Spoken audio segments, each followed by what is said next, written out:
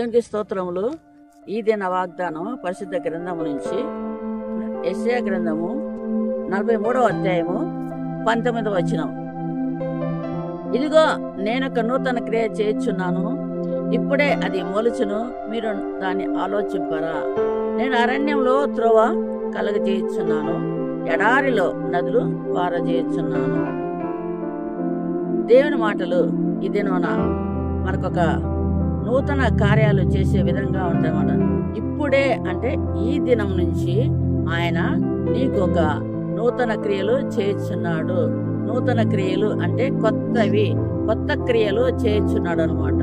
నూతన క్రియలు చేస్తూ అదే ఇక్కడ ఉన్నట అది ఇప్పుడే మొలుచును అంటే ఈ సమయంలోనే మొలుస్తుంది.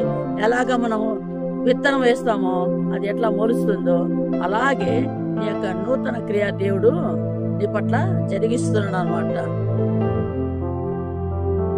దాని గురించి మీరు ఆలోచించండి. నేను అరణ్యంలో త్రోవ కలుగజేయుచున్నాను. నేను అరణ్యంలో త్రోవ కలుగజేయను. అరణ్యం అంటే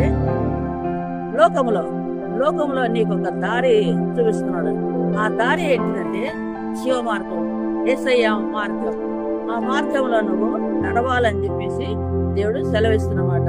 ఎడారిలో నదులు పారజేయుచున్నాను. ఎడారిలో అంటే ఎక్కడ ఎవరు సంచరించని ఆ స్థలము ఎడారిలో, అక్కడ ఎవరు ఉండరు. అలాంటి స్థలములలో దేవుడు నదులు పారజేస్తున్నంటే నీరు అంటే వాక్యాన్ని అక్కడ చేయబోతున్నాడు. కాబట్టి నూతన క్రియ ఈ దినమునే దేవుడు నీ పట్ల జరిగించబోతున్నాడు. అదే ఇప్పుడే మొలుస్తుంది అంటే ఇప్పుడే నీలో స్టార్ట్ చేయబోతున్నాడు. ఎవరు చెప్పని విధంగా, ఎవరు వినని విధంగా దేవుడు నీతో మాట్లాడుతున్నాడు. ఏం మాట్లాడుతున్నాడంటే దేని వాక్యం నీలో నిలవాలని చెప్పేసి, ఆ జీవ మార్గంలో నువ్వు నడవాలని చెప్పేసి, అలాగా నువ్వు జీవించాలని చెప్పేసి ఈ దినం దేవుడు నీతో మాట్లాడుతున్నాడు. నూతన క్రియ చేస్తున్నాడు. భయపడద్దు, పాతవన్నీ జ్ఞాపకం చేసుకోవద్దు.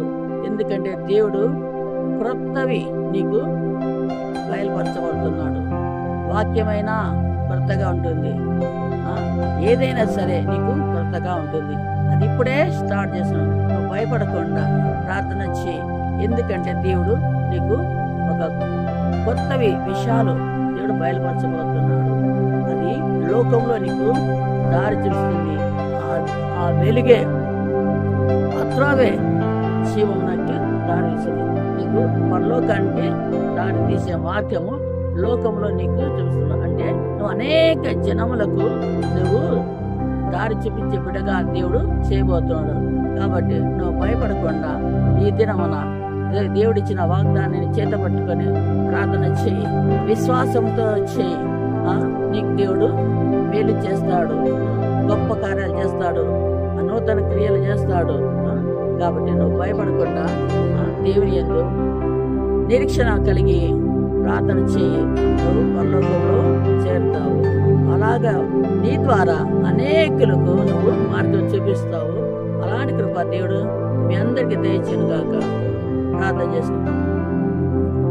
పరలోకవంతుని మా తండ్రి, పరిశుద్ధమైన నామముకి స్తోత్రం తెలుస్తుందని మహాకరుడుగా, మహోన్నతుడిగా, పరిశుద్ధుడిగా నీకు వందనాలు నాయన. ఈ దిన ప్రభావ మీరు మాతో మాట్లాడిన మాటలు బట్టి వందనాలు స్తోత్రం కదా అయ్యా. వాగ్దానం చేసిన దేవుడు తండ్రి నాయన, నమ్మదగిన దేవుడు తండ్రి. ఈ దినమైన ప్రభా నాయన మీరు మా పట్ల నేను నూతన క్రియ చేస్తాను తండ్రి నాయన. అయ్యా మా పట్ల నువ్వు చేస్తున్న మేలుకు తండ్రి నేను ఉపకారాలకు ప్రభానైనా నీకు వందనాలు స్తోత్రం తెలుస్తున్నాను. అది ఇప్పుడే మొలుస్తుందని ప్రభానైనా. అవును ప్రభా, చెట్టు ఎలాగనైనా విత్తనం ఎలాగ ప్రభానైనా మొలుస్తుందో ప్రభా, అలాగనే ఈ వాక్యం నైనా మాలో మొలుస్తున్నందుకు వందనాలు స్తోత్రం. అయ్యా ప్రతి ఒక్కరు బిడ్డలు ప్రభానైనా వాక్యాన్ని ధ్యానించుటకు సహాయం చేయనైనా. అలాగా ప్రభా వారి జీవితంలో నూతన క్రియలు జరిగించినైనా. అయ్యా లోకంలో బిడ్డలు ప్రభానైనా ప్రకాశించే బిడ్డలుగా ప్రభానా, నీ జీవ మార్గాన్ని ప్రభా ఇతరులకు చెప్పే బిడ్డలుగా ప్రభా వారిని తయారు చేయమని కొంచెం తండ్రినైనా. ఎడారిలో నదులు పారు చేస్తున్నట్టుగా ప్రభానైనా మా కొరకు నైనా మీరు తండ్రినైనా వాక్యాన్ని సిద్ధపరుస్తుందైనా మేము అందులో నడుచుకోవాలని చెప్తున్నామా. నీ యొక్క వాగ్దాన్ని బట్టి వందనాలు స్తోత్రం. మరొకసారి ప్రభానైనా ఈ ఉదయకాల సమయంలో ప్రభా మీరు మాతో మాట్లాడిన మాటలు మేము జ్ఞాపకం చేసుకుంటాం. ఈ నామకి మహిమ తెచ్చుకోమని యేసు నామములో అడిగి వేడుకొంచున్నాం తండ్రి. ఆమేన్. God bless you.